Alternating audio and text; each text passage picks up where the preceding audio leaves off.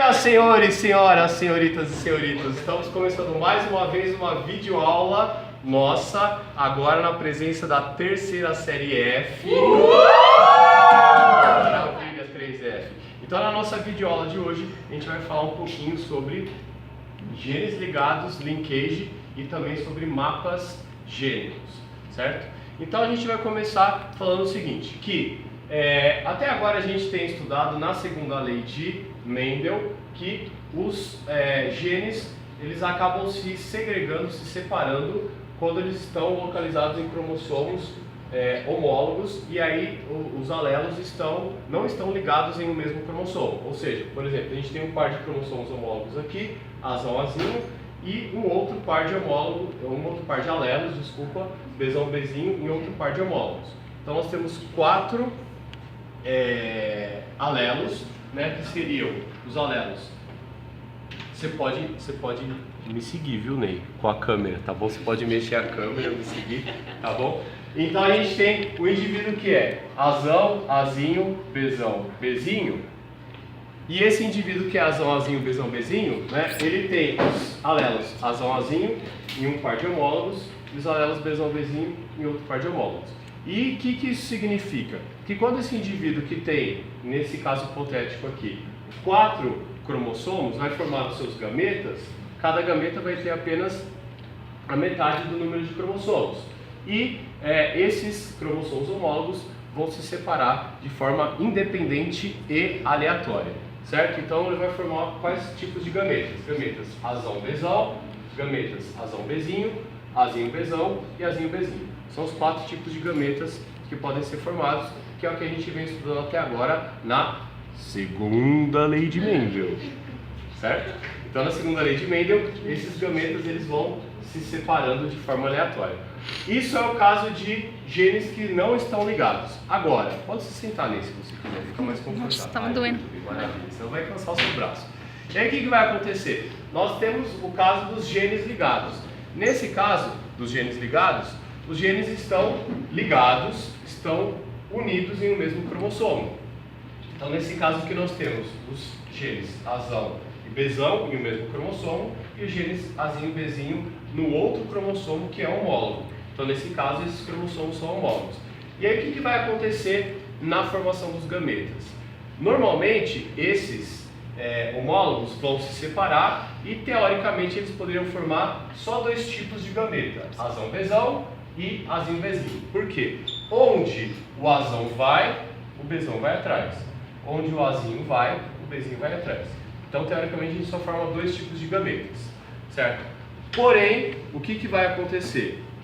Nós já estudamos algumas vezes em biologia um mecanismo chamado de permutação ou crossing over. Esse mecanismo de permutação ou crossing over possibilita a troca de pedacinhos entre cromossomos homólogos. E, se isso acontecer, então nós vamos ter 2 novos tipos de gametas que podem surgir, chamados de gametas recombinantes. Nesse caso aqui a gente consegue perceber que o cromossomo do azão trocou um pedacinho e ficou com um pedaço do bezinho. Tá? Então a gente tem um novo gameta azão-bezinho. E aqui a gente vai ter o outro gameta que tem o cromossomo azinho com um pedacinho do bezão. Certo? Então eles continuam ligados, porém esses cromossomos trocaram de pedacinhos no mecanismo da permutação ou do crossing over. Então nós formamos assim gametas que têm cromossomos recombinantes pela permutação ou crossing over e gametas que têm cromossomos não recombinantes, que a gente chama de parentais. Ok? Então, gametas não recombinantes ou parentais e os gametas recombinantes. O que pode acontecer? Esse crossing over ou recombinação, a gente pode colocar como sempre, eu não gosto de usar essa palavra sempre, né, mas mais frequentemente acontece entre as cromátides internas dos cromossomos duplicados. Tá? É muito raro, é quase impossível da gente ver essa recombinação nas cromátides externas.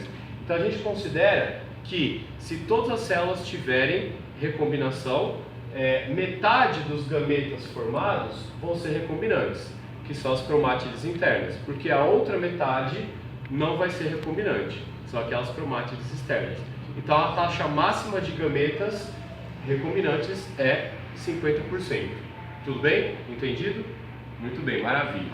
A gente vai seguir agora a terceira série F. Vamos lá, terceira série F. O que tem hoje de lanche? Pizza! Maravilha, então quem não veio hoje na aula vai perder a pizza de lanche. E aí, o que vai acontecer? Agora a gente vai falar um pouquinho de arranjos cis-trans. O que é arranjo cis-trans? Aprendi isso em química, né? Isomeria cis-trans. Mas a ideia lá da química é que a gente vai ter a gente vai ter radicais de um mesmo lado ou de lados diferentes lá da molécula. O raciocínio é mais ou menos semelhante aqui em relação nos cromossomos. Quando a gente tem um par de cromossomos homólogos, onde os genes estão ligados, quando nós temos os cromossomos azão e bezão, os dois dominantes no mesmo cromossomo, e os dois recessivos, azinho e bezinho, no outro cromossomo, a gente diz que o arranjo é cis, certo? Agora, no momento em que nós temos um cromossomo com um gene azão e o outro é o bezinho, tá? E no outro cromossomo a gente tem azinho e bezão, ou seja, a gente vai ter uma configuração trans, ou seja, eles vão estar alternados aqui de genes dominantes e recessivos de cada lado aqui desses cromossomos homólogos, ok? Nesse caso aqui no arranjo cis, os dois dominantes do mesmo lado, os dois recessivos do outro. No arranjo trans, eles estão no arranjo cruzado, certo? Então esse é o arranjo cis-trans. E que mais? Vamos terminar falando sobre mapas gênicos. A nossa aula de hoje tem que ser bastante rapidinho porque está acabando a memória aí do celular. Mapas gênicos. O que são mapas gênicos? A partir da ideia que se estudou, né, o pessoal da equipe do Thomas Morgan no começo do século XX, da porcentagem de recombinação de cromossomos de drosófilas, percebeu-se que existe uma porcentagem de recombinação diferente entre genes diferentes, né? Então maiores ou menores porcentagem de recombinação.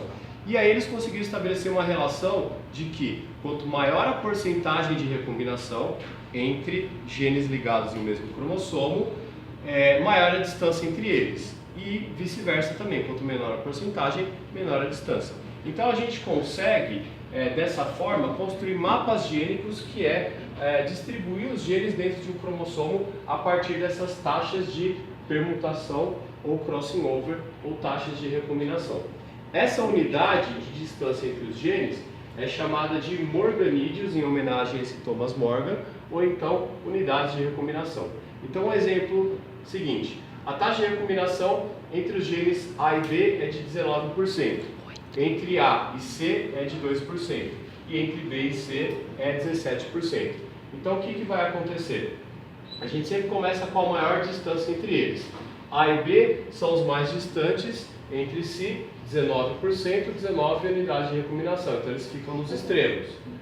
Aí C está mais próximo de A, então a gente coloca aqui o C, duas unidades de recombinação próximos de A. E ele está mais distante de B, então está 17% ou 17 unidades de recombinação de B. Então se a gente somar 2 com 17, dá um total que é 19, ok? Eu espero que vocês tenham entendido. Muito obrigado pela ajuda de hoje, Ney. Você entendeu, Ney?